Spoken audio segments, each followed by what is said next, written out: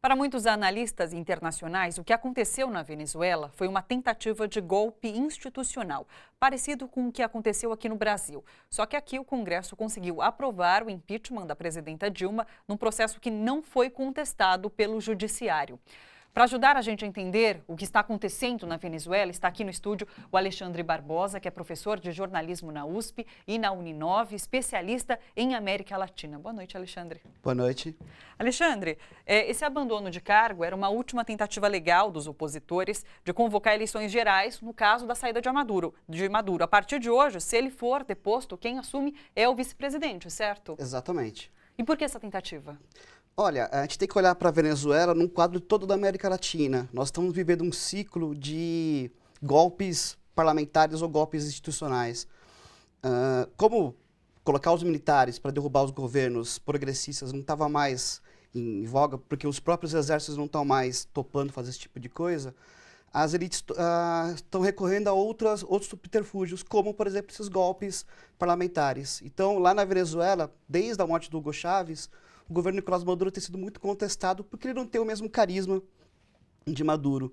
E aí, sucessivamente, a elite que tem a maioria no parlamento está tentando tirá-lo de lá. Sim. Então você vê, de fato, relação com o que acontece lá e com o que aconteceu aqui em relação ao processo de impeachment da presidenta Dilma Rousseff. Com certeza. Isso na América Latina é muito histórico. A gente costuma brincar nos nossos estudos que o que acontece num país latino-americano acontece em outro, ou quase simultaneamente, ou um pouquinho antes, um pouquinho depois.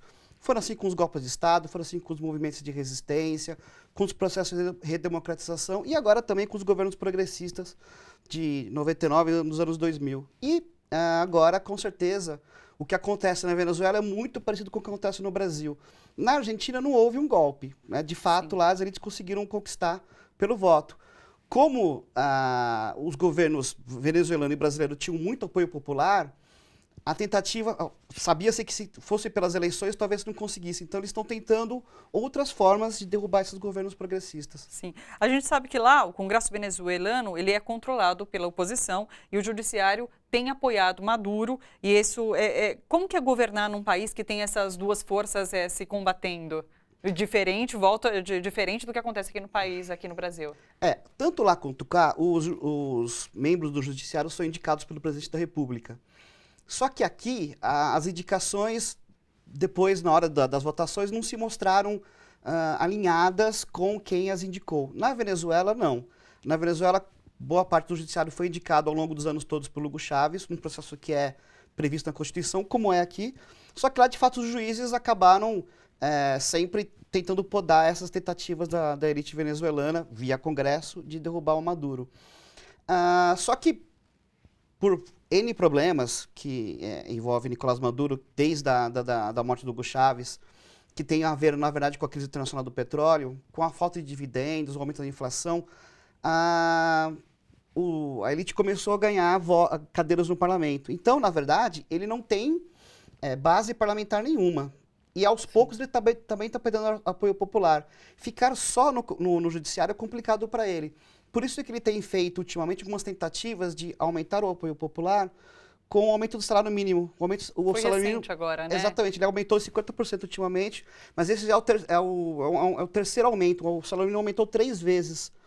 Só que isso é uma medida também muito atabalhoada, porque pode gerar inflação. Sim. Né? Então, na verdade, o Maduro precisava olhar para as bases do que foi feito no governo Chávez, de acesso à terra, de acesso aos dividendos do petróleo, ao invés de só ficar nessas políticas de aumento de salário mínimo. Sim.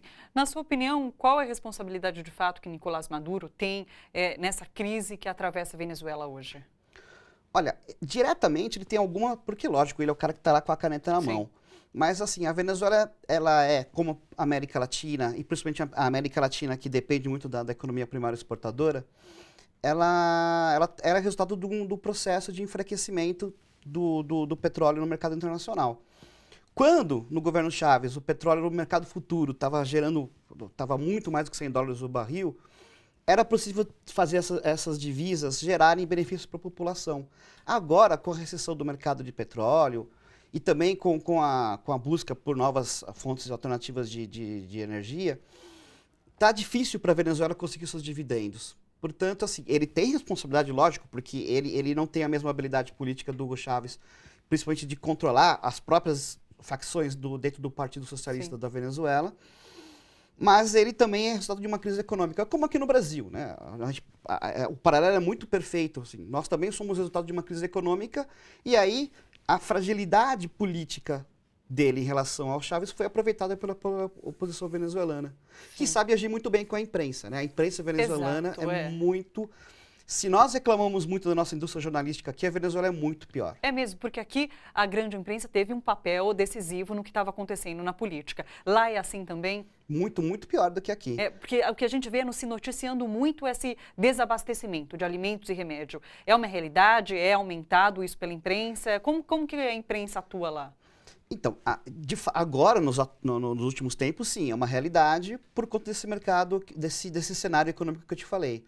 Mas a imprensa venezuelana, ela é muito mais golpista do que a nossa.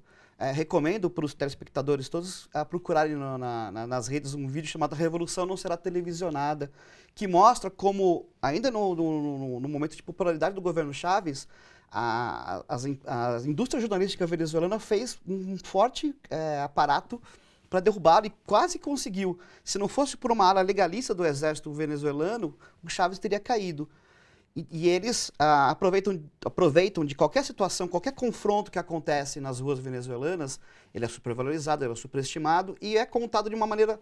A manchete deixa entender de que Maduro perdeu totalmente o controle do país, né? E não é isso totalmente verdade. Durante todo o ano de 2016, a oposição tentou realizar aquele referendo para tirar Maduro do cargo. E a mídia também utilizou, então, essas manifestações, esses protestos. Explica para a gente o que foi esse referendo, rapidamente. Então, ele é porque a Constituição venezuelana, a Constituição bolivariana, ela prevê uma série de consultas à população para qualquer decisão do governo, qualquer decisão parlamentar. Nada é feito com medidas... Há medidas provisórias, mas elas são sempre consultadas, ou via plebiscitos ou via referendos. E havia uma tentativa da população tirar o governo Maduro do poder. Porém, como eu falei, ele tem uma base popular forte por causa do passado que aconteceu do governo Chávez. E aí esse referendo não passou. E aí, já que o que pensou o Congresso? Já que o referendo não passou, vamos para a próxima alternativa, que é esse abandono de cargo. Só que esse abandono de cargo é quando o presidente está muito doente ou quando de fato ele está fora do país e não tem base jurídica para que ele aconteça de fato. É como aqui no Brasil. A crise econômica não era motivo para fazer o impeachment. Assim como o impeachment da presidente Dilma foi feito com argumentos jurídicos questionáveis, esse abandono de cargo votado pela Assembleia Nacional também é a mesma situação, totalmente questionável. Sim. Agora, chego a temer de uma tentativa mais dura de um golpe ou de uma intervenção internacional. Sim. Professor, muito obrigada por todas as explicações. Venezuela realmente é um assunto que a gente é bombardeado com informações. Obrigada pela sua presença aqui, por ter explicado para a gente tudo isso que está acontecendo. Eu que agradeço. Obrigada.